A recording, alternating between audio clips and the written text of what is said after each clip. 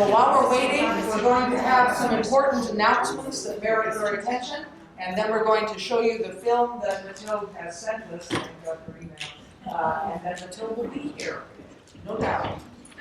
Proceed. First thing is I'm going to introduce to you Larry Carlin. He's from the Social Action Committee at Congregation Shamrock Torah, and he's going to talk about tomorrow night's event for all of us. So you're on, Larry. Okay. He was a former member of the Alliance. Yes. 8 years, I think. Yeah. Yes, Congregation Shamrock Torah Reformed Synagogue in Santa Rosa. We are having our annual Yom HaShoah Holocaust Day of Remembrance tomorrow night, 6:15. Our synagogue is in Santa Rosa on Bennett Valley Road. Our guest speaker is Janice Kameier-Resnick, who is the co-founder and president of Jewish World Watch. I don't know if you know that organization. They're based in LA, but their mission is to fight atrocities and genocide around the world.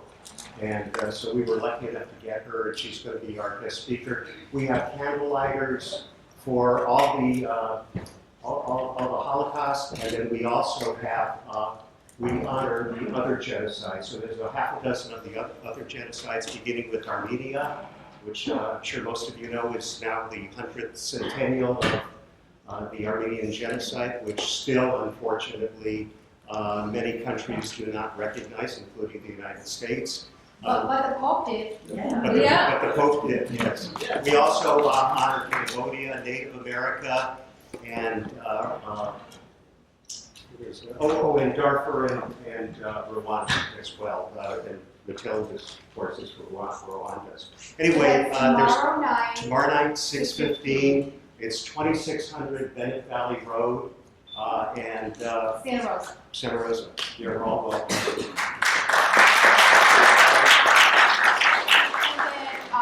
Right along with that, Jewish World Watch is sponsoring Walk to End Genocide on Sunday, April 26th. Again, this has been happening. I think this is the 5th or 6th year that's happening. It starts again at Shamrock Torah in San Francisco on Bennett Valley Road. Santa Rosa. Is that right to say?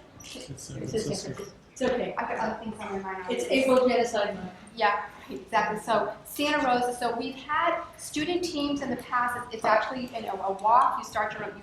You can sponsor your own team. We've had Sonoma State student teams in the past, and it's worked out really well. It was wonderful to have students there. We would love to see young people there participate. So I have handouts for you to pick out if you're interested to start a team. Please do. It would be wonderful to see you guys there. And it starts at 8 o'clock. The walk is from 9 to 11. And again, Jewish World Watch, it's a great role model for those of you interested in a career in human rights and genocide activism. So we'll leave this here. Yes, question? You forgot to tell them that there's usually homemade cookies there. There's usually homemade cookies there. And to get there early enough, you get t-shirts. So I'll put these here for people to pick up afterwards. And I'm sorry, there's one more, Barbara. And so real quick, there's a second Yom HaShoah, and then we'll do that. In the Jewish community, the tradition is if you have 2 people in the room, you have 3 opinions. And there's a second community-wide Yom HaShoah gathering. Some of you have already gotten the information in section. There are also flyers out on the table. I'll leave some extras here. It's this Sunday. It is from 2 to 3:30. The focus is on acts of resistance. And we have 5 speakers, actually 6, 3 Holocaust survivors and 3 people who are the children of survivors, talking about the positive ways in which people took action in an enormous range and some amazing and wonderful music, I think in 5 different languages. So hopefully we'll see some of you at that as well. Where's that again? It is from 2 to 3:30 at the Friedman Center in Santa Rosa. All of the information is on the flyer. Thanks.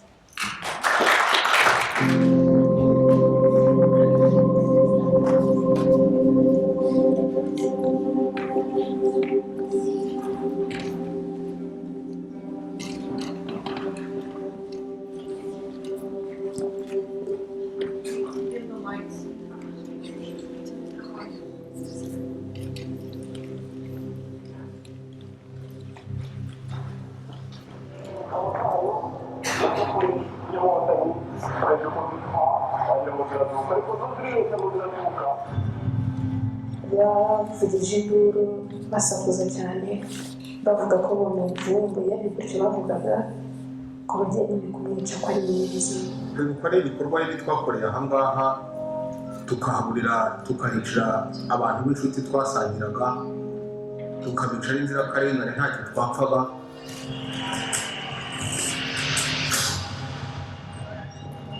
We looked around us and smelled and saw. We realized that we were in the midst of a genocide. The genocide in Rwanda in 1994 was a planned and political campaign. It came from a racist ideology called Hutu power. Si ça recommence en 1994, c'est ce qui s'est passé à 59, les années 60, les années 70. kirigishwa kigira izindi mbaraga ari nazo zashyira mu gihugu.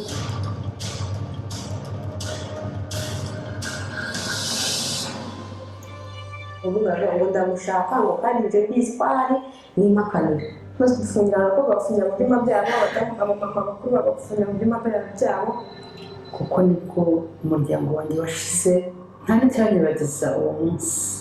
On a vraiment voulu nous exterminer, on a voulu vraiment effacer toute trace que nous avons existé.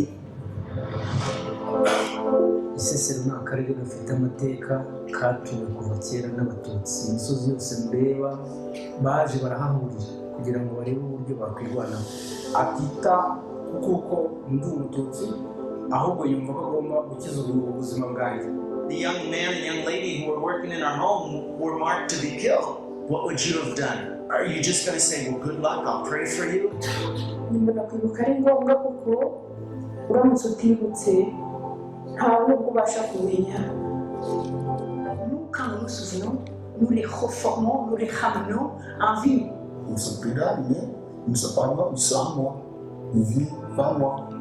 bakanditse babikoreye bagomba kubyibuka kenshi kugira ngo babyigishe kugira ngo n'abana bacu nabo bazabimenye babibwirizwe ntibazongere kugwa mu mutego abantu bahuye. Thanks to the people that really managed to liberate because I wouldn't be here. The body of Rwanda was tortured, was assaulted, the body succumbed, but the spirit never did.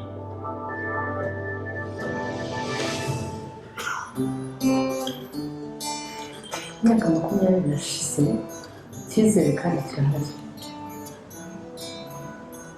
Ukabona ubu ngubu uburyo igihugu cyubatse njye mbyita mu gahe gato cyane.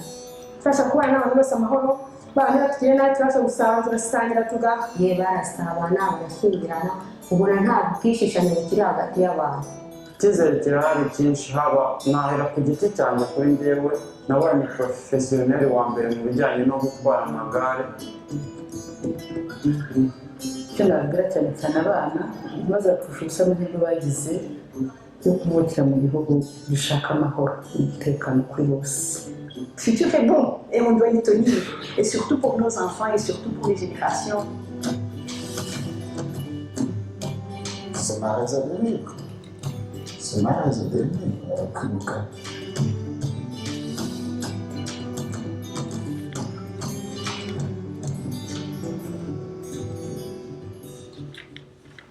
Professor Mukantabana has been a featured speaker in this lecture series for many years and was a long-serving member of our board of Center for the Study of the Holocaust and Genocide. Before she revised her job description a few years ago, she was a highly regarded professor of history at Cont River College in Sacramento. She is co-founder and president of the Friends of Rwanda Association, which is dedicated to supporting the survivors of the 1994 genocide. She has long been a dedicated community organizer and activist and has done tremendous work to further genocide education. Among many acknowledgements she has received is the 2012 Peace and Justice Award from the Center for African Peace and Conflict Resolution and the Global Peace Award from Global Majority. Professor Mukantabana has organized many international workshops and conferences on genocide. She is always a highly sought-after speaker around the world for her expertise, insight, and experience with the Rwandan genocide and Rwanda's ensuing healing process. We are very honored to welcome, and I always enjoy introducing, Ambassador Extraordinary and Plenipotentiary of the Republic of Rwanda, Mathilde Mukantabana.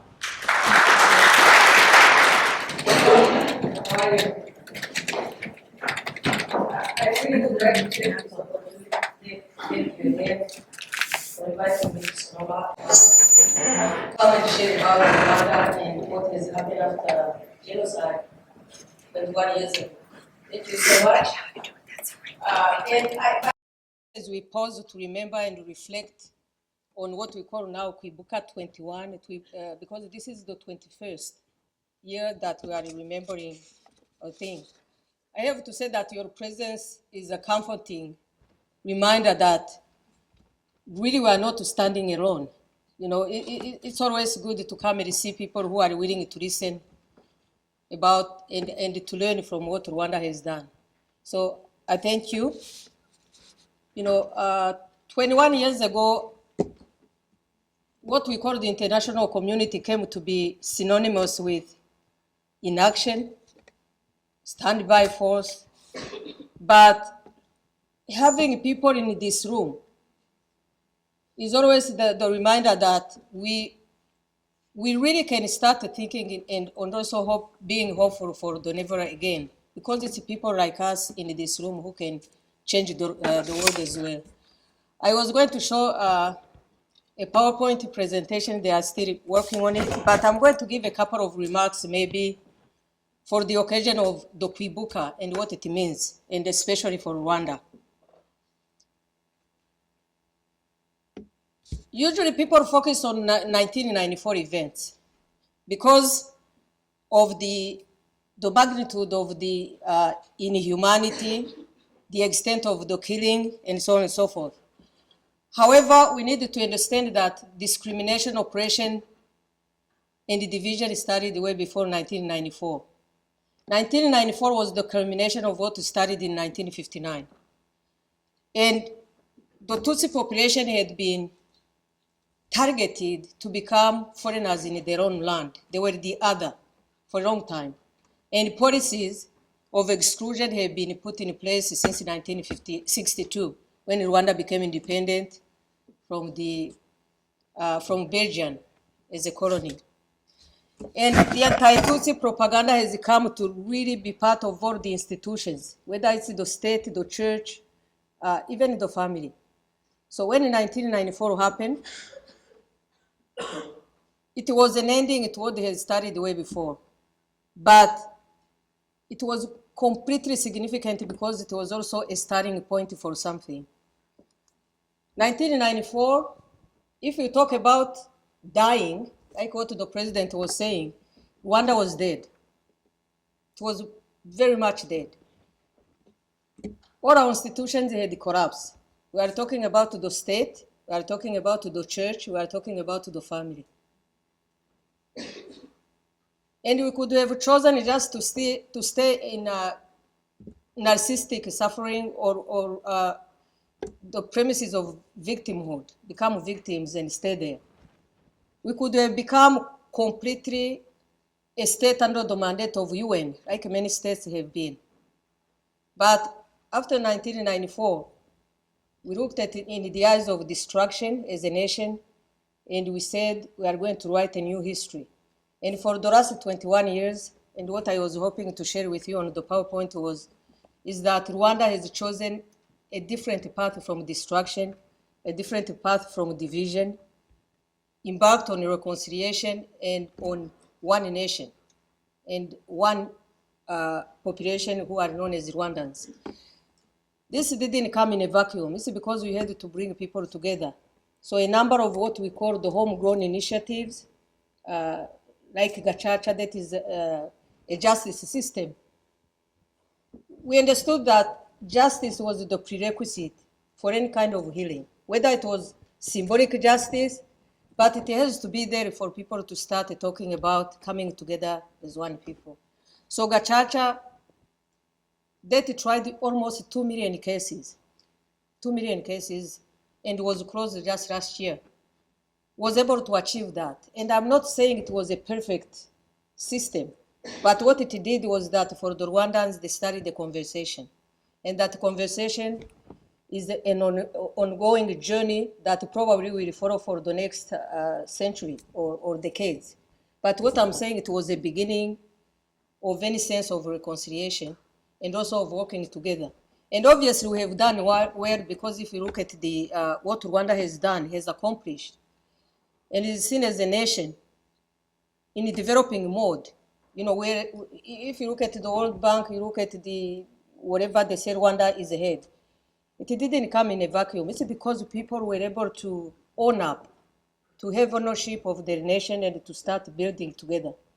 And I'm going to let you know that one of the major problems we've had lately, and also I was going to discuss as part of the last stage of genocide, we've probably studied that, is denial.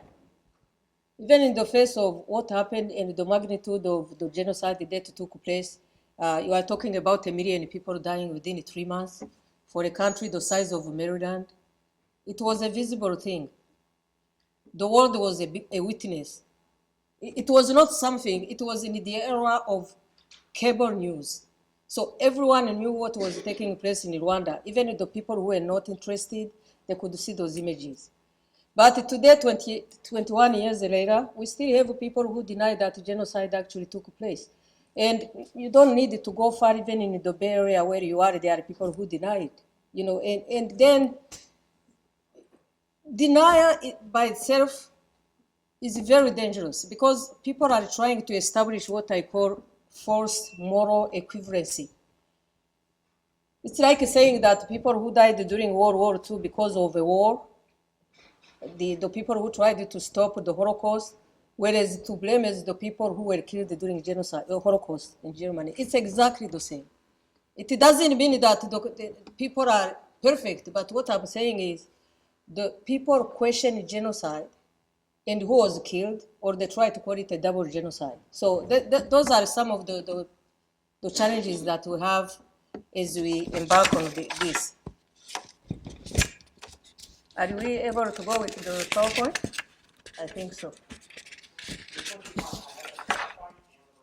No, the PowerPoint.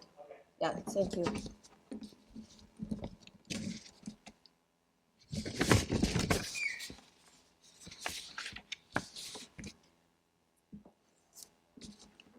I just want to take you through that and we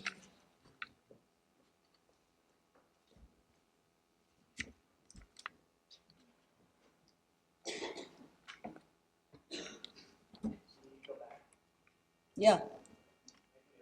Okay, thanks. Go to the map quickly. I'm sure you know where Rwanda is, but it's always good to repeat.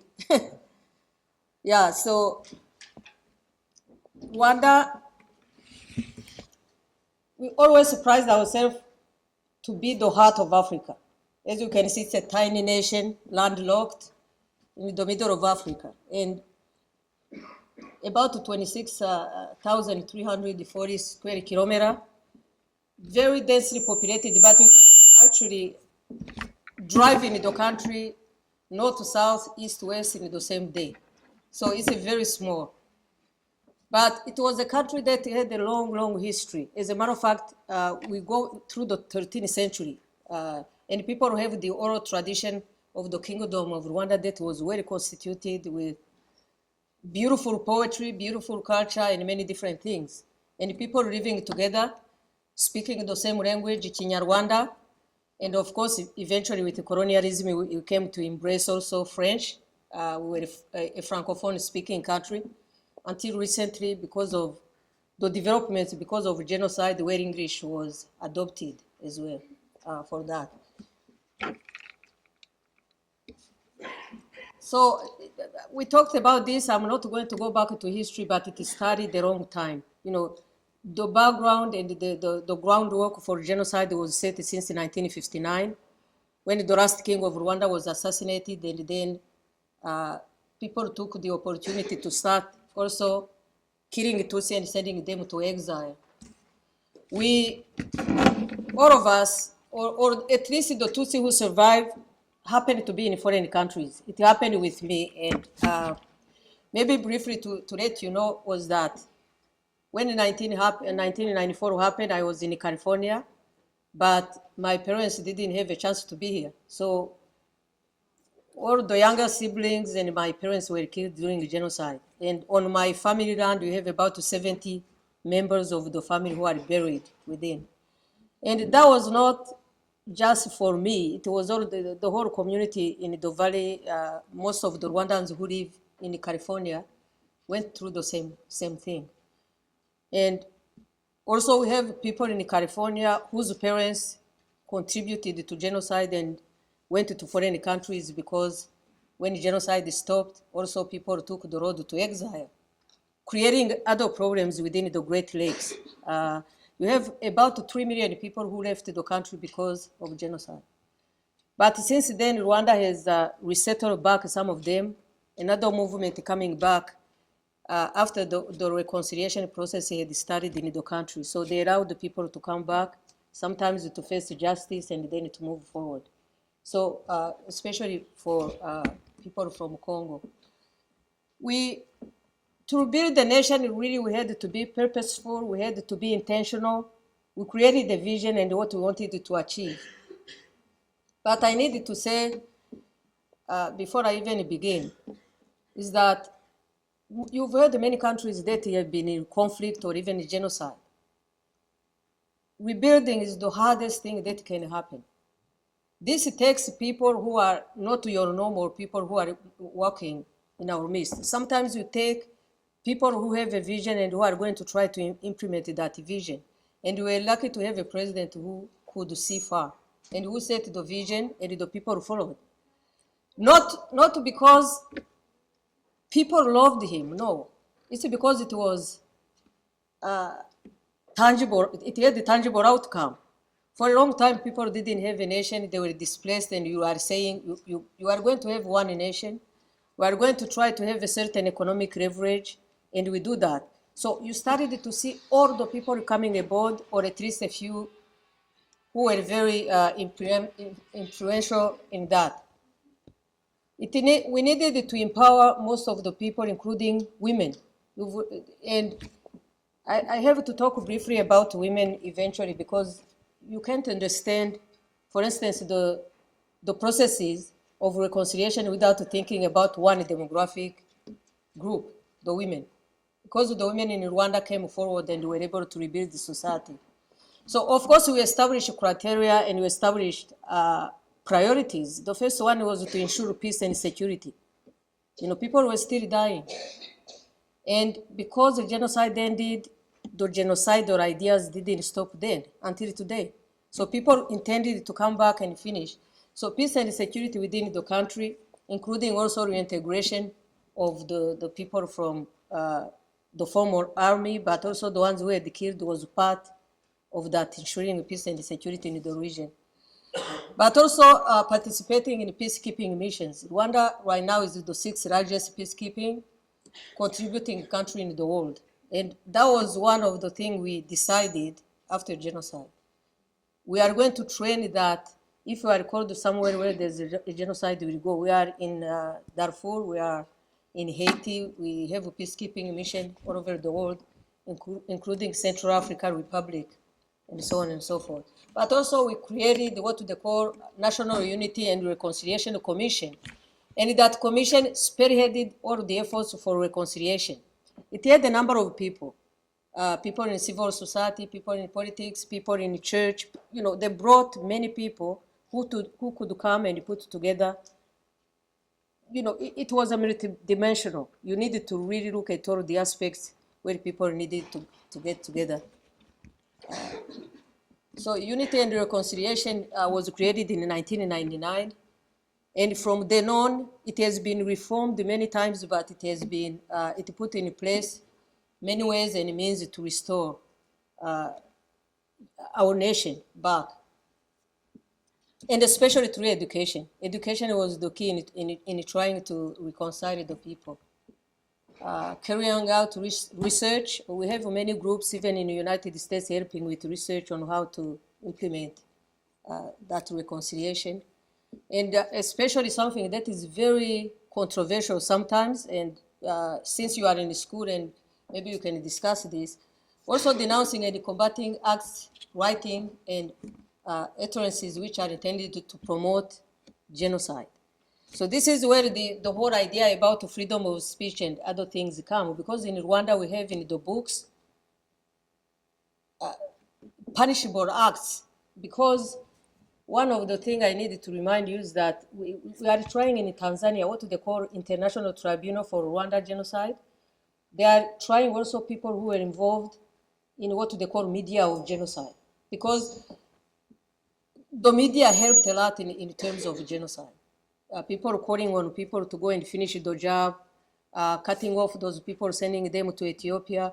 The guy who was the head of that radio is now, no, actually he has been convicted in stuff. So these are the same ideas that we put in our books that are punishable if people are promoting hatred based upon ethnicity, based upon religion or other things. So it's something that I just wanted to let you know. But more importantly, if you talk about really, if you know and wanted to study the new Rwanda and how far we have been, is to go back and look at what we call homegrown solutions. We didn't have models, coming from the established models of reconciling people. I give you an example. One of my sisters, she was very depressed for a long time. Then we told her to go and see a psychiatrist, to go and maybe try to find somebody who can help. And when she started to say what she had, that she's lost everybody, the psychiatrist said, "I'm sorry, I can't help you. I don't know where to begin." So we became, if we were, and for instance, to give you an example, even the discussion earlier on was to say many people wanted to go as psychiatrists, as psychologists, and so on and so forth to help, or to give medication to people, because it was beyond what people can expect. You are completely left by yourself, and you used to have like 10 members of your family, they are dead, So initially people said, how can you medicate the whole nation? Because if you are going to give medication, you have really to medicate everybody. Everyone was affected by genocide. So we ended up almost becoming each other therapy. It means that really people had to create other covenants, other communities, other families, to try to bring people together. So that was, and through what we call the homegrown institution. Gacaca that I mentioned is the traditional justice, with an eye towards not just punishment, but also restoration. It's to bring people back, and within those settings to be able to forgive and move forward. In Gando, solidarity camps, especially for young people who don't have families. Every year they organize in Gando where people can go and voice whatever is missing, but also are helped through school and so on and so forth. Abunzi, that is a mainstay in Rwanda now, are mediation committees. In villages and so on, they have established those settings so people can go before the grievances become too high and they can't solve it. So they call them mediation committees. And then the civic education program, that is throughout the whole country. People need to learn about their history, face whatever they face, but also move forward in that. Umushyikirano is for the leaders. I just came back from Rwanda. Every year we have to do the Mushyikirano. It's when we really exchange on how to develop our nation. We bring on the table whatever each can contribute, then it becomes a document, and then we take it from there. So that's pretty much that. It's a national dialogue, and so on and so forth. But this one is just one example, and then I leave it there. What they call inclusive ownership. For people to develop, they come together and they create, like what they call Girinka, one cow per poor family. I think you've heard about a cow, how do they call it? A cow international or something. It's almost similar. But they distribute cows for people for consumption, but also for production of milk for poor family. But once that cow has another small one, you give it to the next family. What happens based upon our culture, and once again, you know, it's homegrown. Usually when you give somebody a cow, it's better than giving money. So, because it means a friendship. So wherever you created some kind of friendship, you gave a cow instead of giving money. So I still have your cow for Sonoma because we also have that place. We have a cow at where the Friends of Rwanda is. So when you come, we'll give you a cow. The only problem will be the transportation, but you can always go and do whatever. But the cow, so once you give to the next neighbor a cow, what happens is that really you also form those bonds of friendship. And as you produce, you give back again and so on and so forth. That, and another thing that I've given you in the past, like the peace basket, is the same phenomenon. Peace basket is when women get together, they weave, they come together, and you are the wife of the perpetrator of genocide, you are a wife of who has been victimized. But when you weave, because it takes a long time to finish a basket, but you talk, and you are able to build the families, you see the whatever commonalities that are part of your lives. And friendship, so we go through all the setting, whether it's socioeconomic, whether it's the church, the school, we try all elements of state. But also we needed to come up with a good governance and building blocks for democratization of the nation. The first thing was the decentralization process that we did in 2000. This set the agenda for empowering the villages because of the decentralization. Through the decentralization, you have the main government, the central government, then you have the provincial government, then the local. It means that each part of that government is going to produce based upon the resources they have. But also it has allowed women to come on the surface because most of the villages were full of women because of the what happened.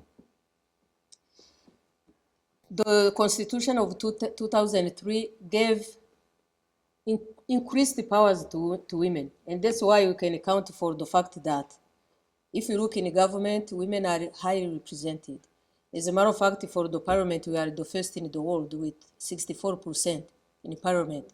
So that is not statistic to impress, no. It's because the women during that time, we felt it was not so much about women's rights as it was human rights. You know, we have human beings who have proven they can keep society when society was collapsing. And when you think in terms of genocide, there's no single group that was victimized than women. These are the people, more than 70% were raped. Tutsi women were raped. Some of them were left to tend for children who are the products of rape. So even when and also infected with HIV.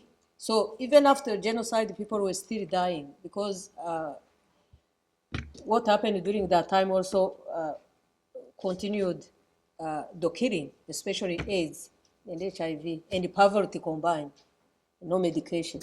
So those women are the ones who went beyond what I call the human, how would I say it, response. Because those children usually, they were looked at with stigma. You know, you look at a child who is the product of someone who raped you after having killed your entire family. So eventually, sometimes those children were put on the sideline, and we have a whole generation of children who were born out of rape. But those women were able to look and to say, these are our children, these are Rwandan children, and to love them. And I think that led the way also to the entire society to go beyond it, to try to reconcile itself, because it came from the most intimate victimization you can think of. So women, and what they did also, they took opportunities that was offered, especially the educational opportunities, and that's why they are fulfilling one of the high functions. When you go to Rwandan government right now, you find some of the high top posts, including our Minister of Foreign Affairs. One of the toughest jobs is a woman. Even myself, to be in this place, that's the first they put a woman in. So all those stuff is because they believe we can perform as well as men. And I think it has been, you know, through that, the Constitution, they put For instance, the laws of inheritance, the women could inherit, they could own land, they could confer nationality. Before it didn't exist. So they were empowered through that particular thing. So, and we are on the road to building strong democratic institutions based upon, political parties and so on and so forth. The legal reforms, especially that takes into consideration the independence of the judiciary. And when we say that, it's not just on paper. Right now, if you look at the cases, even from the United States, people are transporting people back to Rwanda to be tried because they trust our judicial system now. People are coming from even the Tanzania International Tribunal, they were saying to send them to Rwanda because it was an acceptable thing. So we are incorporating all the laws and trying to put them together under the Rwanda law because we have three settings now. We have traditional justice, like the one you have here. We have the gacaca. That's the one for traditional type of justice that we have implemented, and so on and so forth. The second is economic development. I'm not going to stay there. We've set the agenda for that through the Vision 2020, but also we are helped with many developments where Rwanda is also in the leadership. One is regional integration. That is really bringing a lot of dividends to what we have done. East African community is becoming a reality, an organization between Kenya, Rwanda, Burundi, and Tanzania, and COMESA, that's the southern part of Africa, and so on and so forth. What it achieved is that you've heard probably what happened in Kenya with the bombing and the increase in terrorism as well. But also they are putting together a ready force that is going to be dealing with the whole East African communities. So we are thinking that the example of Rwanda, for instance, in peacekeeping and their experience can also help in fighting against terrorism in the region. But most importantly, economic development is happening because of that.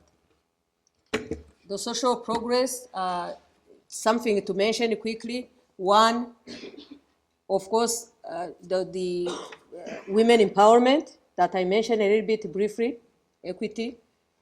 The universal primary and secondary school education, that is free now. That is allowed the people to come and be educated. Our education budget for now is 23%. When you think in terms of other priorities, this is high. And for most African nations, this is the highest. So 23% is on education. And then the medical insurance, also the health. We have what we call the universal coverage. Mutuelle de santé in French is how it's called. People are still working on it. It's not a perfect system, and probably you'll know more when you think about health insurance. But it has allowed people to have leverage, to have access to medical establishment. And it's working because within 20 years, we've reduced mortality rate by 20 years. This is unprecedented. So within 20 years, we've added to life expectancy 20 years. Before we were dying for a number of things. So it's working, at least in certain things. So we in order to do it, really we combine all the ministries. It's a whole comprehensive program. If you say the Ministry of Health or Minister of Education, Minister of local government, they have to work together in what we call a cluster. Otherwise, it wouldn't work. You can. For instance, the quality of life is to make it cross-cutting, all those institutions. And that's what we are working on. So if I can summarize maybe 20 years, a few things that maybe you can find out when you read. One is transparency and accountability. One of the things that, and we have World Bank coming this weekend, is that the World Bank has put us among the countries that are the least corrupt. And in Africa, we are the first one. So to do that, people have to trust you. We started without trusting any institution. No institution was working. So it means that if you are corrupt in money, let's say you steal the money of the children and education. There's no way also you can protect the same children if they are going to be killed. So corruption goes a long way, and that's one of the biggest things for us to fight against corruption. Access to justice, we have one place especially for villages, for people who usually are not within the justice system and to understand how to do it. So media reforms, that's where usually you'll find people talking about Rwanda is not much media. Since 2008, we've added about 15 radio, we've added many newspapers. As a matter of fact, I think the only newspaper for the state is one, what they call New Times. The rest are they do their own things, and no one is, and they have self-regulation. There's a self-regulation that is outside of the state. Still, so the other kind of stuff I can maybe give you: World Bank Business Doing Report, top performer in 2013. Second is yes, to do business in Sub-Saharan Africa, 64 of women, about 1 million people out of poverty over the last 5 years. And what they call Millennium Development Goals that are set by UN, one of the few countries in Africa to be on the track to reach them. So by 2015, we have reached, or we set up a couple of years back. So we are not there yet. Some of the stuff we needed to be creative. I think I've shown you this picture. Before it was an empty land. Now, when I was talking about the health insurance, they have also to build a health center. So this used to be a land that was completely messed up. Actually, people were jumping on the mines because also where they left, the military left some of the mines, people were dying or the legs were being cut up. They had to clear the land to do all the, and the people did it themselves. And now they put a hospital, one of the best hospitals for the people. And they make sure when you do the hospital, it's also quality hospital, not just because they are poor, they need also to get something that is clear. So usually, with understanding that the Butaro Hospital, actually it was built also with the help by a group from Boston, what they call Partners in Health. They have done an amazing job in the country, helping the country to recover when it comes to health issues. So it's one of the best hospitals, and for a village, it's not even in the city. But you find it throughout the country, those things that have been done.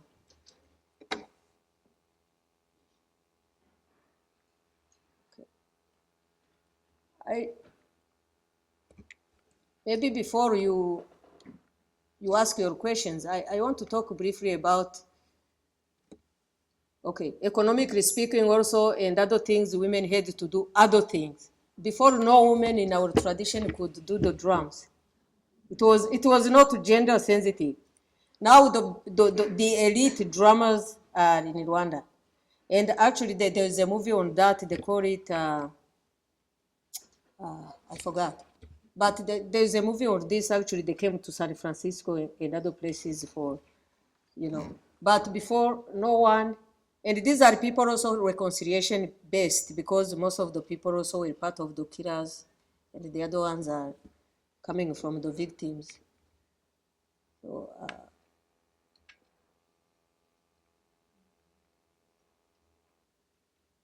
So let me talk briefly about the challenges, and then we finish with that. Somehow it doesn't move. Yeah, that's wonderful. So the socioeconomic challenges are still there. We are improving, but also we have a very young population. 50% of our population is 20 years and younger. 70% are 30 years and younger. Actually, when you look at even genocide, most people don't remember. They are the products of what happened in 94, but not necessarily really the people who were there. So we needed to keep engaging those people, those young people, because Also, if you look at the people who killed in 1994, the majority were young people. The ones who were disfranchised economically, but also who didn't really have much to show for it. But our young people, one of the things is that we are engaging them, especially in the socioeconomic life of the country. Even though we have limited resources, but we've created structures in such a way that, for instance, technology now is part of the story, where the young people can be involved there. People are encouraged to be creative, and they set the setting. What we have done in the last couple of years is the reform in education. And the education we are trying to build right now is the one that is for development. So we have the top education, where we want also to do research, where your people can go and do research. But also we have what they call TVET, it's a technical vocational education to provide for the workforce, especially for an expanding economy with the Union, with East African community, and also the infrastructure that is being built. The geopolitical challenges are still there. What I mean is that our situation is fragile. It means because we live in a place that is not stable. Just to give you an example, in the last 2 weeks, we have many refugees coming from Burundi who are in Rwanda now. So they used to say that whenever someone sneezed in Rwanda, in Burundi, you could hear the sneeze, because you are the same small republics, same problems sometimes. We used to have the same problems. Now we have refugees running away from the elections coming to Burundi because violence already has happened. So they go to Rwanda. So it means that you have really to maintain the peace and security, and also there is a certain liability in opening the borders. Opening the borders is an amazing thing, and you want to do it. We did. But also with that, they are byproducts of opening of the border. So those are stuff that I'm talking about, even in geopolitical challenges. We still have the people who have killed in 1994 in the Congo. For a number of months, UN had committed to end once and for all what they call FDLR. FDLR is that group that killed in Rwanda. Eventually, they didn't. UN is still there, but Congo has vowed they are going to try to pursue them. But Congo already was there when they were coming in. So without the help of other people, it might not become that. So we need the whole peace in the whole region before we can actually talk about sustainable peace, because anything can shake your own structure if you don't look at it. So sustainable peace and security is a very big issue for us, and we are going to do that. And the last one that maybe I can, this is like something I would like to ask you, is always, in your own place and where you are, is to help with the mounting denial of this genocide. We know that people know, you've heard about denying the Holocaust, it's there. But for our country and small countries like Rwanda, it can be a killer, because you can rewrite the history, especially that we don't have many people who write or who have credibility in terms of research.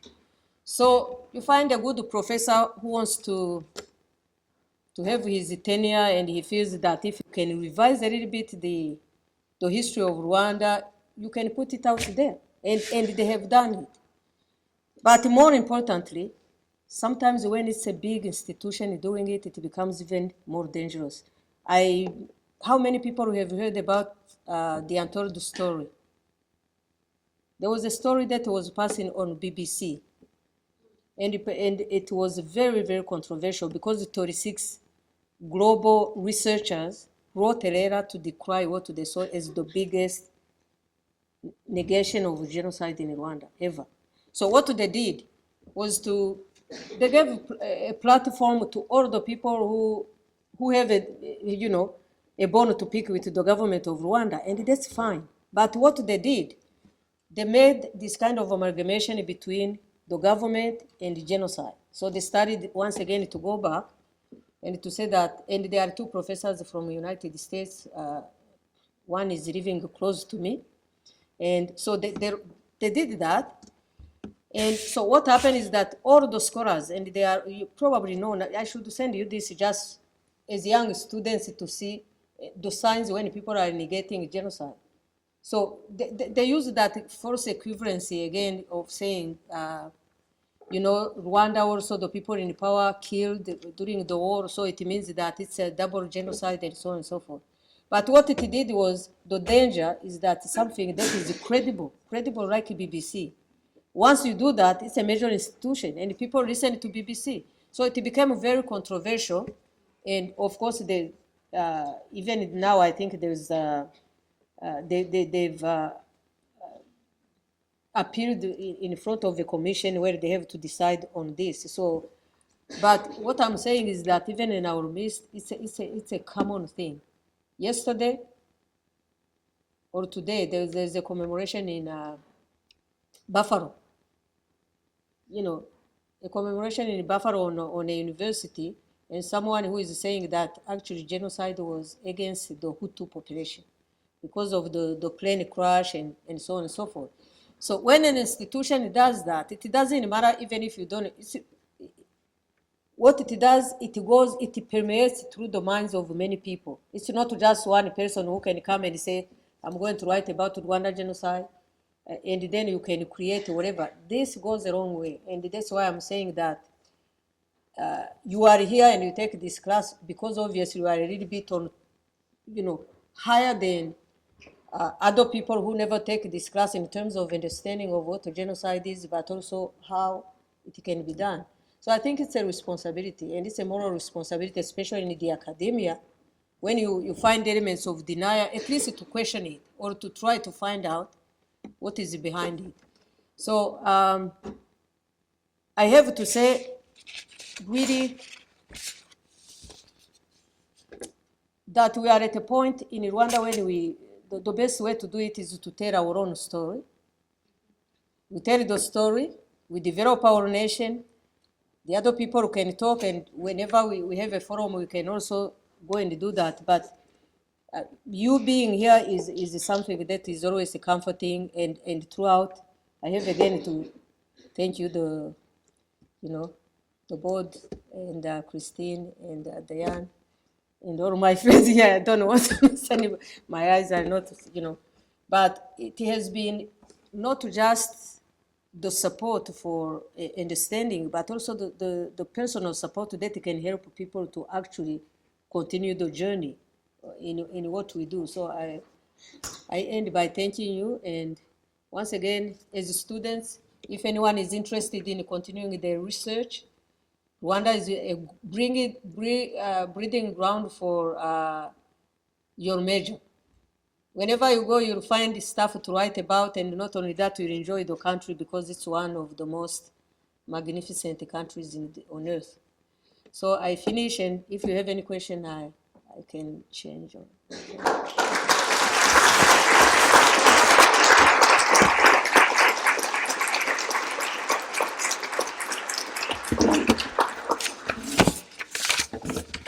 Yes, please.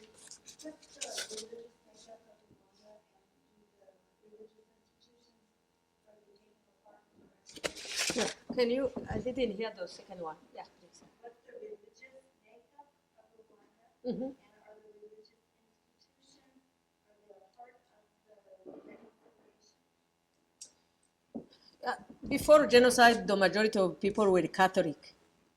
Really, very big representation, but also maybe to understand what went wrong, the majority of the people who died in churches. Because wrongly they assume if you go and try to find, a place in the church, you'll be saved. And when I was talking about the major failure for our country, where we really were thinking, are we even going to come up there? Usually you trust your church. But there are bishops who were involved in the killings, actually who were calling the people to come into the church, and then they would throw grenades. Like my church in the region I come from, in Butare, 20,000 people died in those stuff. So you go to Kibuye, another place, So what I'm saying, they were, after genocide, I guess people eventually, then, okay, you ask the question. Then we have Protestant churches. We have very small minority of Muslims. I think it's not even 1%. But it has been increasing because they said that the Muslim actually kept their brotherhood more than what we all, we subscribe for. But slowly it has come back because people started to realize that it was not really the fault of the church. It's not the church, it's the people who failed the church. So now we go to a church, it's full. It's as full as when I used to go. But also the involvement now of the Pope. There are many different things that has stirred again the understanding of genocide in recent months, actually. That people are sending and saying, if you are going to decry what happens in the Catholic Church, don't forget about the genocide. That's the most horrible thing, and the Catholic Church was part of it. So it's one of those things. Yeah. Thank you. I wanted to know if the Rwandan literary community is writing a lot about their recovery and successes, and are there books available that one can become more knowledgeable about the recovery efforts and the successes that have been achieved? From what I hear, actually, there are quite a few foreigners who have written about it. One is a very good friend who was at, you probably know Margie and Sign, Dr. Margie, who was at UOP. Yeah, she wrote a book called The History and Hope. Many have been written, and there's one that people will say this is more political, but it's a book called 20 Years Later, and it's a very good book to see also. It's written from the perspective of all the major government thing. But individuals are writing, and as a matter of fact, we've seen quite a number of books coming out, mostly on the experience during genocide, and not so much about 20 years after. But you find the material is there. It's just to compile, because every single day, even now I can send you like 200 pages of the progress and so on by different people in different things. So, but people are writing. At least they have produced books more than ever in our history. Before we were pretty much like an oral tradition type of country. Yes, please. How about national identity today in Rwanda? Does everybody consider themselves as Rwandans, or are they still discussion about whatever they are, Tutsis or? That's one of the first things we did, and of course it's a controversial thing too, because people can select another way, but for us, what we call identity, ethnic identity, was a very devastating thing through our history. It was devastating. Just to give you an idea, really one card could make you killed, like it could give you prospects. People on the road broke was because of that. So the first thing in terms of trying to calm the minds, but also to start looking at themselves as Rwandans first, and then other things second, was to completely do away with those identity stating the ethnicity. That was it. So there is a concept known as Ndi Umunyarwanda, I'm Rwandan. That is really pretty much pushed by the youth. And of course, there is also the leadership that is happy with that, and all the sector, like the church.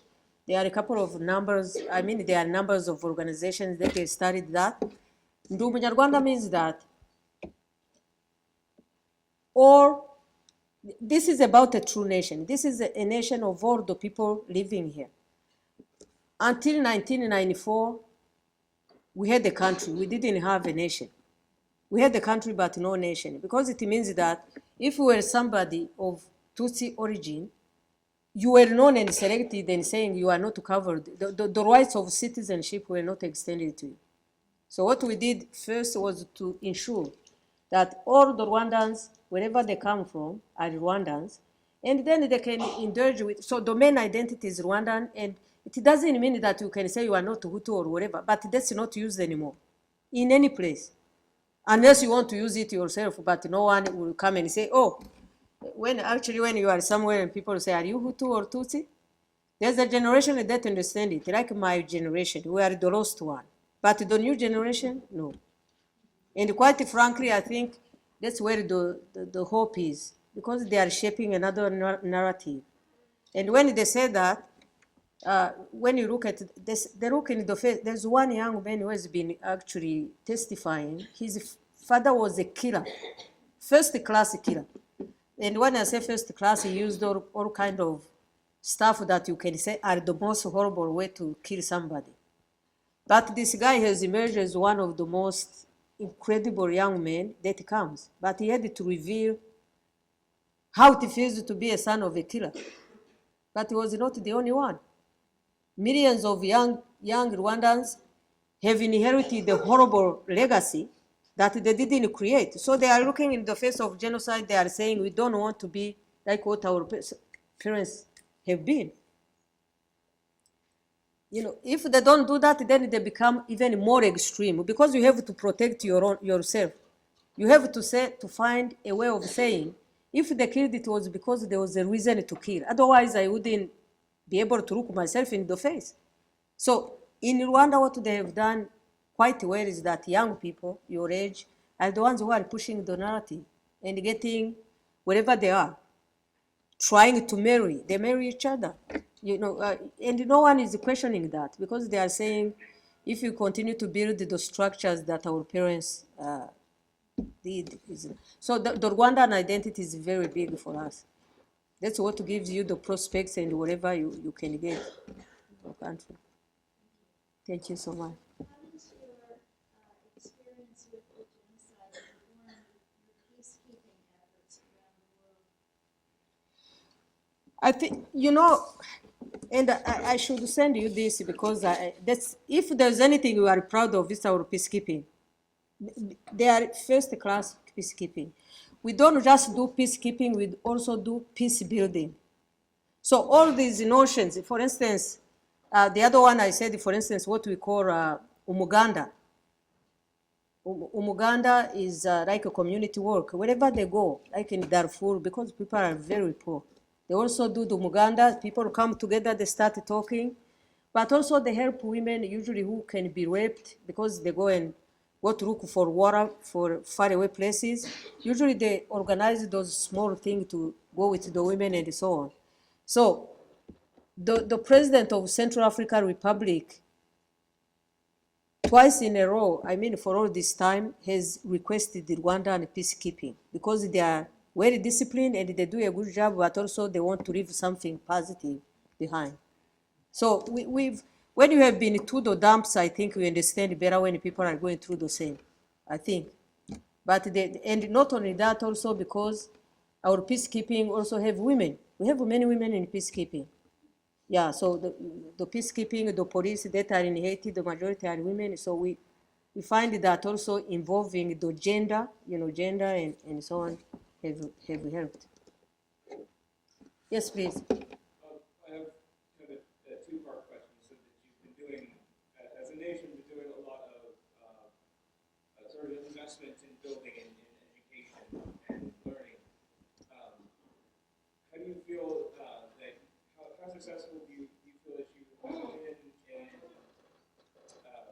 really spreading education, not just in the cities, but actually getting out into the more rural areas and establishing good schools out there for kids and for college and that kind of stuff. And for those who do go to college, do you have any problems in maintaining or retaining the educated, or do you find that, like in a lot of developing nations, when they start doing a lot of education, that's when they might leave to go to Western nations, to Canada, America, Europe, for opportunities abroad, or do you see them staying and applying their education knowledge in their own regions? There's a saying that we have a very strong diaspora, even in the United States. But they said a nation that brings people back, Rwanda. There are people going back the other way. There are people who stay as well. So what I'm saying, so number one, let me respond to your question. We're not there yet, really. It's, we are, for instance, trying to build the capacity. So for instance, now there's a whole group of teachers from Hartford University. We just took to Rwanda to teach teachers how to teach, right? Like English and so on, immersion. So we are building on our capacity, and the university has been reformed. We put it under what they call one university, and we increased the standards. We made it a global, like a world-class university. Even the chancellor we selected was a global search. He's not from Rwanda, because we wanted to tie Rwandan university system to the international. But not only that, because we are still short on good universities, what we've done is also to allow some universities to start, for instance, campuses in Rwanda. One example is the Carnegie Mellon. They have a master's program in engineering. And it's a development university. They have also what they call Kigali Laboratory, where people can go and do research, but also create based upon that campus from Carnegie Mellon. MIT has a program on climate in Rwanda. So we try to get the good quality type of education, but at the same time improve on our own system of education. Now, and then there are some we send in foreign countries. We have a system known as the presidential scholars. Usually we select the best of the best who can compete, and then they go to the best universities in the United States, then they go back. There's you sign that you are coming back. So you have to come back and contribute. Otherwise, the money is wasted, in some ways. But then there are people who come and eventually they stay here. But we all the time tell, we are a small country. If you find opportunities, as long as you can even contribute from outside of the country, doesn't really hurt. There are people who have been contributing from here, including, I was in diaspora myself. I didn't live in the country for a long time. But my contribution to my country didn't stop just because I was far. So whatever, and just to give you another idea, next end of May, we have a big group we call the Rwanda Forum, Youth Forum. We do it in the United States. This time it will be in Dallas, Texas. So it will have like 1,000 young people from the United States. And they come and then they exchange with the people from Rwanda, especially the delegation, to see their issues, but also to contribute in ideas about youth in the country and so on and so forth. So even though they are far, but we still really communicate. We have a very well-organized diaspora in the country. So we continue. Primary school, how do we give it to the poor people? That's what the decentralization process has done. Each village or each jurisdiction, the local government has a school. They have a school, they have a higher school. Then you have also primary school throughout the country. And of course, as I said, it's always the human capacity we are still building upon, and quality education. So those are challenges that we are still working on right now. Yes, please.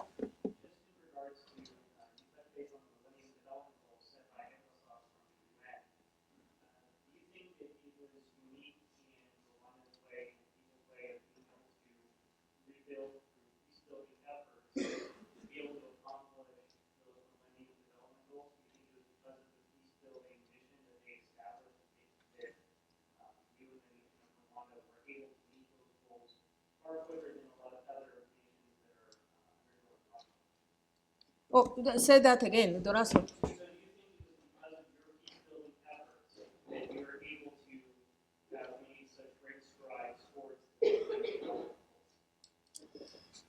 The peacekeeping building efforts are part of they are part of the story, but it's not the whole story. It's also the the biggest was number one, to really use prudently what we have even in foreign aid. You know, sometimes all the people in the world get, especially developing nations, they get that, but the way they use it is not the same. It's not similar. To give you an example, like health, what they call PEPFAR, it's the presidential emergency programs that were studied, I think, under Bush administration for especially AIDS and HIV and other stuff. We're able to use that, and our part of the government was able to create something very unique in terms of addressing the issue of disease. There are people who got more money but were unable to do it. So it's also a matter of how you seize those opportunities, not necessarily created just within the country, but also of what you get from, you know, connections with the rest of the world.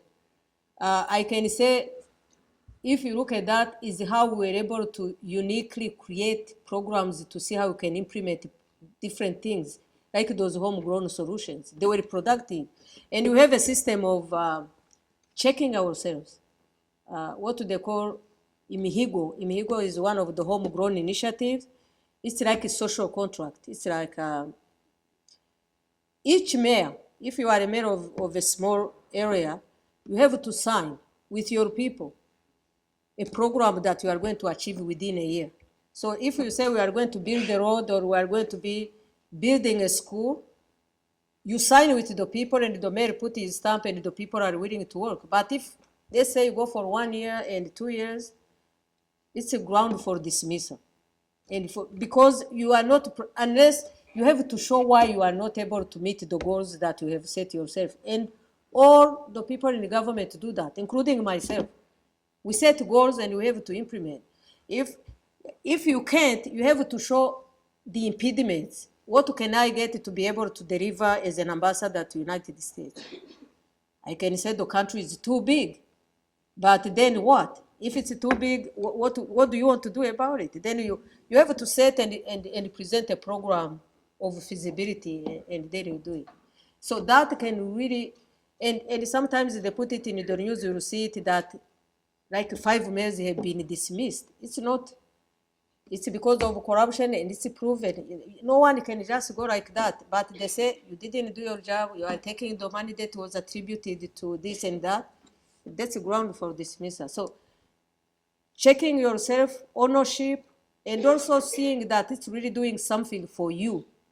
You know, when you go to villages, when you see someone, you know, what you might call peasants, who is saying, it's the first time I can produce and I can pay for my own children.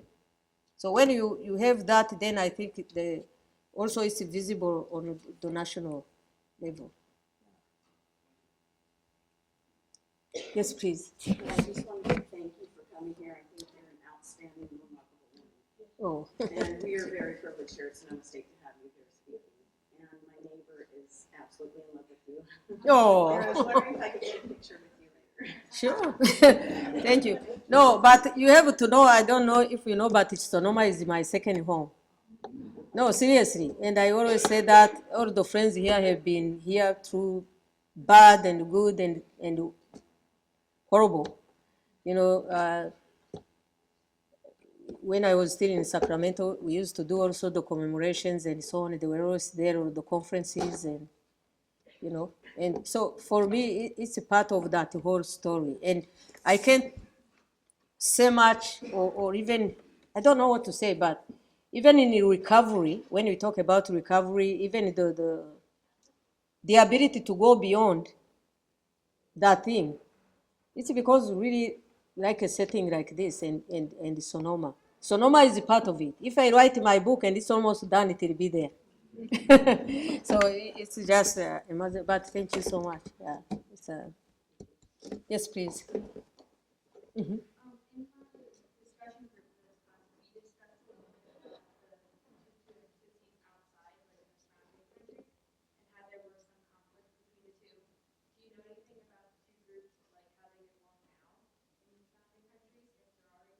Here, like in foreign countries. Let me tell you, I can't lie to you because I think what the narrative coming out of the country is shaping also a little bit of rapprochement, even in foreign countries. However, there are people who never went back since 1994 for a number of reasons. If they run away with their parents, because we still have cases even in the United States that are on the wanted list. So obviously, if you are not going to say good stuff about the country. You will try whatever you can. There was a woman in New Hampshire. Recently, she was put in jail again. And I'm going to tell you, this woman came, no one knew who she was. She was one amazing woman, very nice. But no one knew that that woman was actually running away from my region, where the National University used to be, where some of the most, horrible massacres took place, in that place I was telling you about. But this woman, her husband and mother-in-law are in Arusha, Tanzania, for the ICTR. The mother-in-law was the Minister of Gender during that time. And she would bring young men, and before they killed, she wanted always like 10 Rwandan women, Tutsi women, to be brought in front of her and raped in front before you kill them. That was the woman, and she was supposed to be the Minister of Gender. So her daughter-in-law was in New Hampshire, and and her husband also killed many people in Butare. So that woman was pregnant. She didn't kill anybody, the one who is in New Hampshire. But also she was the one who was calling on people to have some kind of audience. She wanted, my mother-in-law is killing. I can't see that, I'm the one who is kept away from a good thing, a good show. So she was bringing some people in the house or in front of the house just to see what was taking place. But we have many in our midst here in the United States. So obviously, they have a vested interest in promoting the same ideology. And those are the people we fight against every day. Because, believe it or not, there are people willing to listen to that story. Whether it's in the government, whether it's it depends on who you reach first. So as I was telling you, today in Buffalo, in a university, there are people commemorating the death of Habyarimana as the genocide of the century. This is a school. So what I'm saying, the people preparing are Rwandans.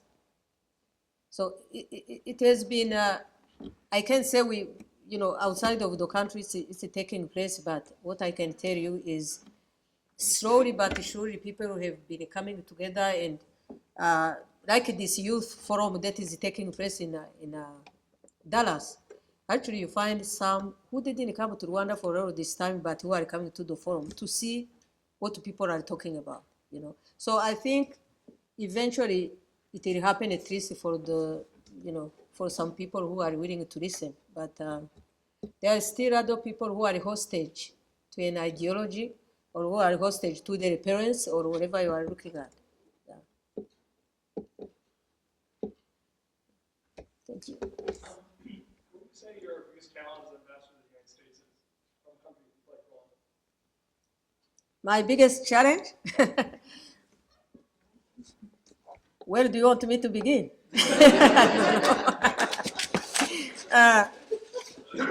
So it started by this country. It's huge. And you really can't do business just in Washington, D.C.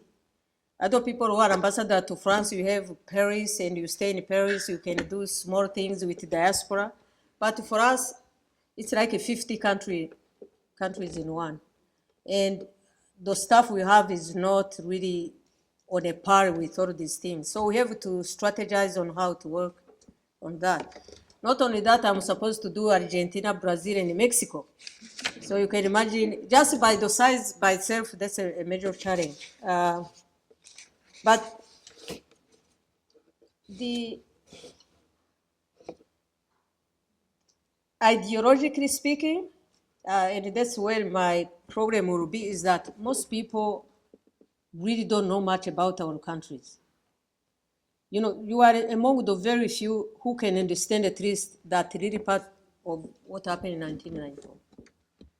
Other people, depending upon their interest, he can come on a bandwagon tomorrow.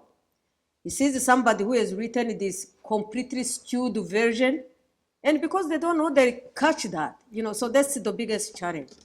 Including, and this is not just for students or professors, but also Congress people. Most don't know anything about Africa. But these are the people who can determine our fate. You know, these are the people who are going to write the checks, like appropriation committee. So if you go and you find somebody who has found someone who has written this version of Rwandan history, and he goes by that, it can be devastating. So what I'm saying, those are the major challenges. How do we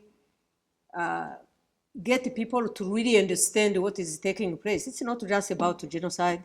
It's about the whole continent, but also, in my case, Rwanda in particular.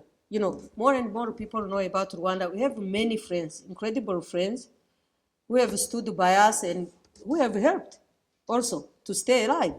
But what I'm saying, really to know about our countries or about any country in Africa, you have to go beyond, usually what people do. So it means that the decision makers can take a decision without intimate knowledge of what they are doing. So that's my biggest challenge.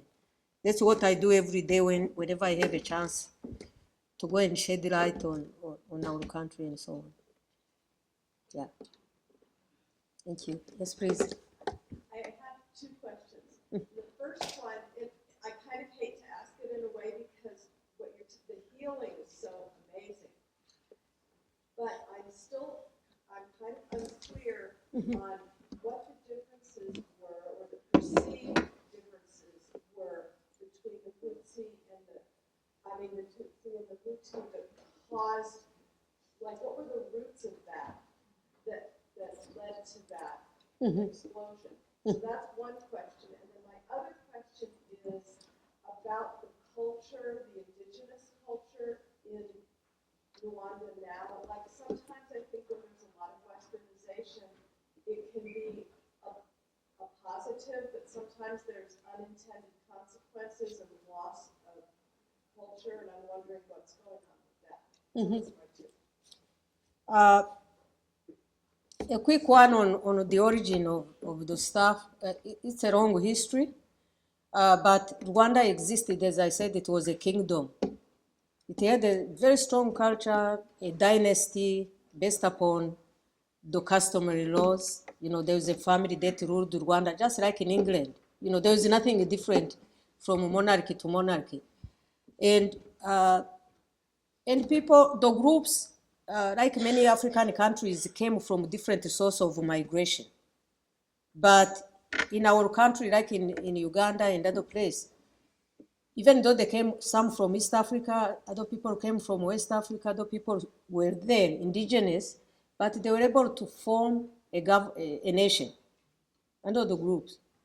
And through some kind of negotiation, rejection, inclusion, and so on and so forth, they were able to form a government where they rely on each other. Some were mostly agriculturists. They were the majority, like the Hutus, who came from the west.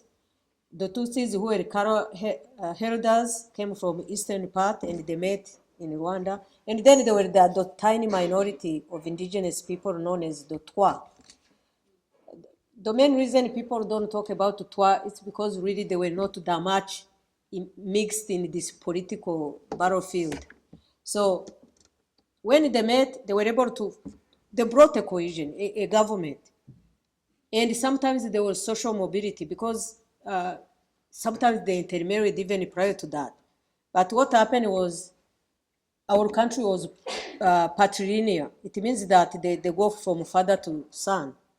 If I marry the Tutsi woman and I'm Hutu, your children will be Hutus, and vice versa. So it went on like that. So what led to this enmity and hatred and so on and so forth? And let me correct this first. I have to say, people always say we blame colonial power, but they put those structures for the hatred here. Because when they came, we were colonized first by Germany, and there are two things happening. Number one, the Germans didn't really know who's who. You come to Africa, you see black people. Really, you know, myself, when I came here, I couldn't distinguish a Mexican and you know, usually people look alike. When people are, you find a mass of people. If you are black, it's another thing. But then you start to see those small differences because they tell you, oh, you know what, this and that. But you are coming to colonize. Colonization is an imposition.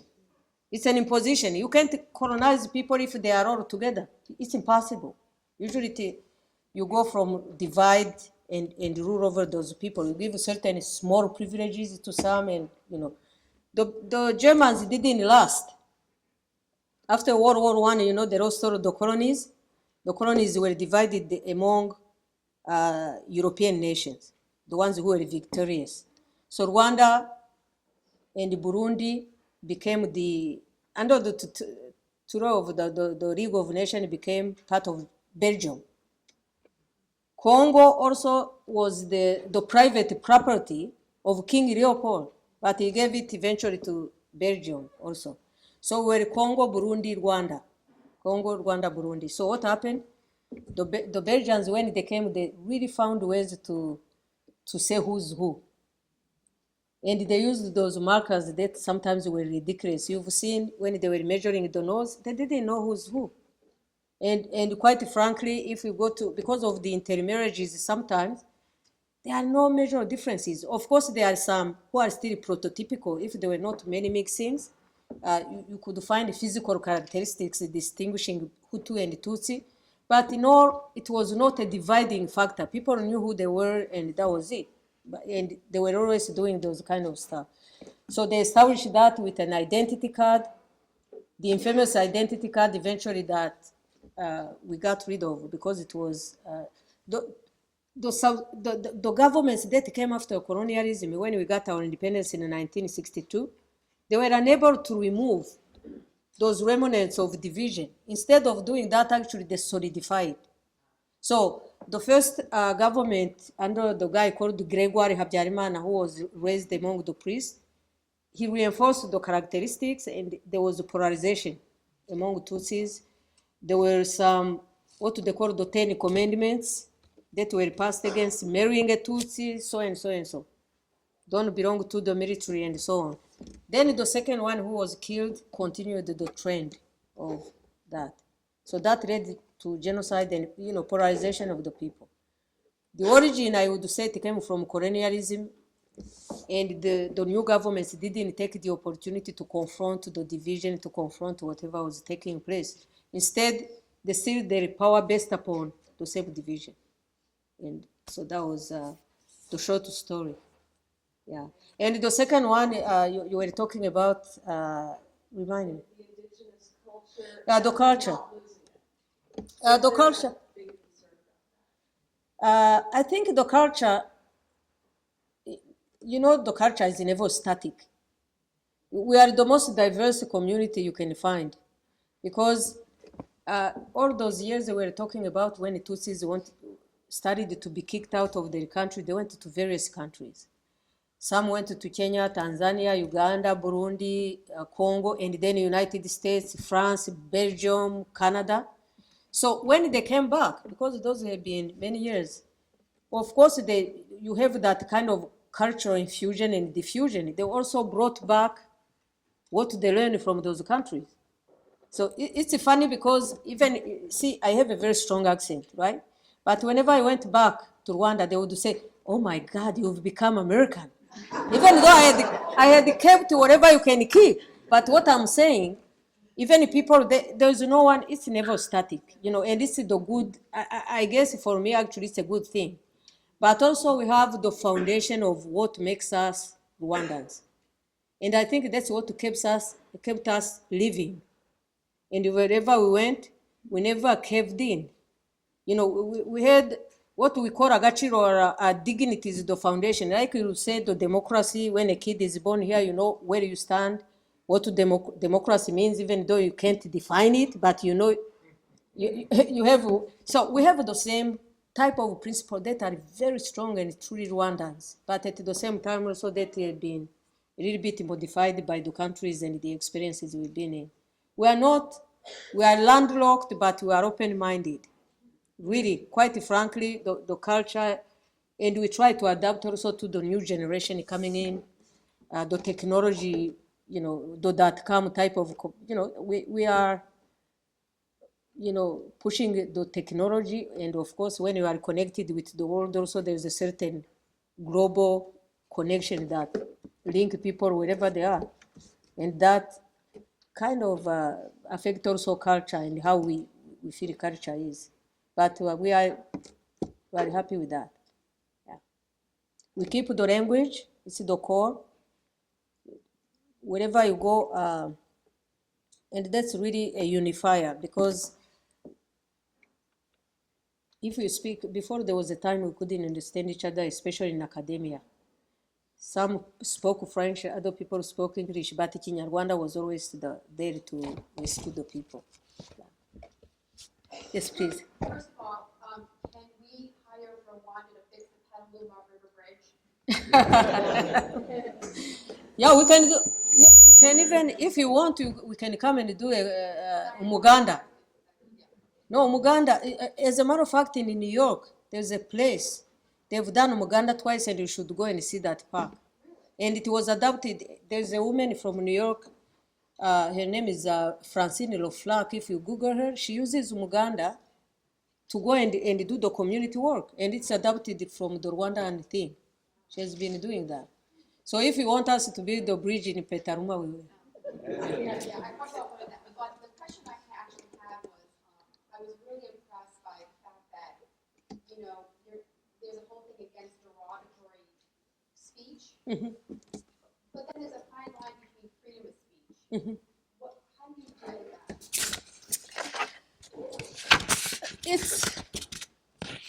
We have specific laws. Let me see if I've written it somewhere, because there was a really thing that can explain that. Maybe I can do this. The freedom of speech,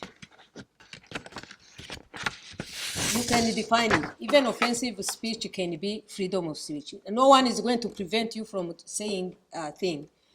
But when it's something inciting violence, this is where we stay within the parameters of violence, inciting hatred. And they are well defined. And for us, we go from what we call the media of genocide and how it led to killing people. Right? And if you want, maybe I can send you those laws, because they are very significant, not really different from the other laws that were passed, for instance, in Switzerland, in Germany, you know, so those are similar within Rwanda. Yeah. And let me give you one example. You've heard about that lawyer. There's a lawyer who went to Rwanda. I'm trying to remember his name. He was defending the genocidaire. When I remember, he's from Minnesota. But he was defending a genocidaire, but also he denied the Rwandan genocide, the Tutsi. He said, actually, all this genocide was provoked by the guy in power. So it means that actually we killed ourselves. We are the ones who started the whole thing. So he came to Rwanda, and the laws were in the book. But he's an American, so he believes no one can touch him. You know, he's an American. He's not someone from Rwanda who can just come and be. So, of course, he got to the airport, and he was arrested. And he was put in jail. You should see the image, you know, there was a whole, and you have to follow that story because it became very interesting. But he came knowing he has denied it, but he said, this is to prove. Let's go and see how, you know, he said, of course, he was in jail and he became very, you know, people were sending him stuff thinking that the food in Rwanda is not probably the good one. They were sending packages. And they were saying, no, he needs to get out. That's a freedom of speech. It's not a freedom of speech. It's like you would go out there and then you would start saying exactly that you are the ones who did the Holocaust. It's exactly the same. That's what he's writing. You can go and look at it. I'm going to send you the thing. But he thought that the laws of Rwanda are non-binding. You know, I go to Rwanda, we have those specific laws, and one thing, we've died once, we'll never die twice. Whether you are an American coming to promote the same ideas or a Rwandan doing it, you will be put in jail. And those laws are very fair. Actually, they have even a committee to decide whether these are strong enough to do this and that. But they are in the books. So if you come knowing fully well that you are breaking the laws and you come, of course you are going to be put in jail. You know, so, but those are and they have been revised, actually. People take it very seriously because we have a commission, a national commission that is anti-genocide, called the CNRJ, and they revised those laws not to cross the line of what they call free speech and the one against genocide. Yes, please. Is it true that there's a classroom somewhere in Rwanda called Sonoma? Yes.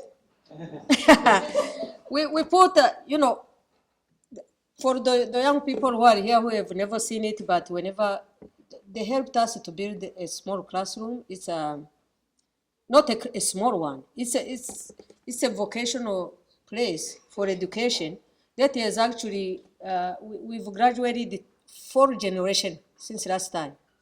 And what they do is for people eventually to be able to take care of other people because they do the sewing, the wood shop. So what they've done with the new modern housing, before the house that was used was borrowed from the local authority, but now they've built their own stuff. So in one room there's a Sonoma, so it's there. So we just wait for people to go and probably say something. It will be an amazing thing if you can go, one of you. Yeah. Yeah, part of the money that was collected all the time went to we bought the stuff. They always did it, and we were able to do that, you know, and the school is still there. Let me tell you also the development is that the school started like a relief. It was a relief for people who didn't have anything, but now it has become accredited by the state. It's accredited. You know, of course, there are requirements that we still do, but now when you finish, you are as accredited with what they call training vocational education in Rwanda. So it's a measure of development too. Thank you. Yes. I realized that early on after the genocide, the concern was for the orphans. Mm-hmm. And then the training of those young people to be able to be part of the society, to have professions and skills. One of the challenges in this community has been with children who've been in foster care, and when they turn 18, there's not support for them. Has Rwanda taken any steps in continuing to work with those orphan children, now young adults, mm-hmm. to keep them as active members of the society and to continue to support their growth? It's very important because there was a time we closed the orphanages. What we did, and also you can say you are part of that story, even around that village where some of the children were orphans, we had also widows. So we built 56 dwellings, modest dwellings, but nice and whatever. Then a woman would get that and then also take in some of the children. It fulfilled the need of both because some of them have lost their own children. And then they raise them as their own children with the help of a fund by the government for kids who didn't have parents. So to allow them to go to school and so on and so forth. But, and so we have throughout the country, we have another one called the Shalom Village that is patterned after Israeli thing. But they create a family. It's almost like a family setting where even when they go to the university, until they get married, they can come back and they find what they call a house mother, you know, who can give them advice and so on and so forth. So they continue, but more importantly, I think is that the grown-ups, the ones who are growing, because by now they are more than 20, the ones who were 10 years old now are 21. So what they have done was to create very strong organization like the survivor of genocide, and they have a fund. They've created a fund that was also promoted by other things. So they help each other, even among themselves. Some become professionals, they become lawyers, but they are in that big organization that has put together all of them. Yeah. Given the political instability in the sub-Saharan nations, and you had mentioned the refugees that had been coming over from Burundi for the recent elections there. Do you see the biggest threats to Rwanda's own stability and its own progress as being international or external in nature, or is there still are there still sort of echoes of the pre-genocide that still need to be worked through that could undermine the nation from within? Peace and security, I can tell you, within the country, Rwanda is very stable.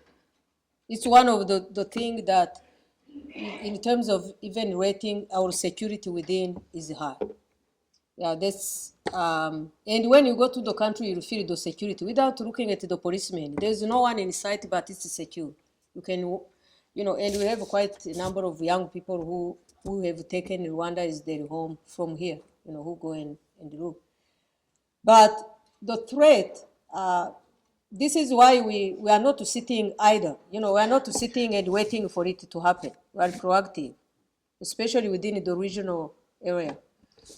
Especially to understand that if we have peace and you continue to have terrorism in Kenya, it can shake that, because what we are trying to do between Kenya and Rwanda is also to open borders. If you go to Rwanda, you'll find many Kenyans working there, and the movement is like this.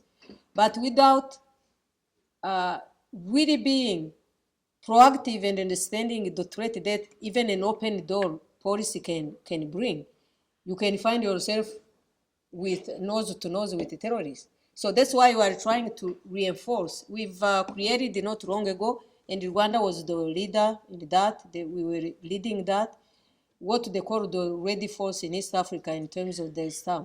So I think that even in the elements of terrorism for other countries and we are going to do that.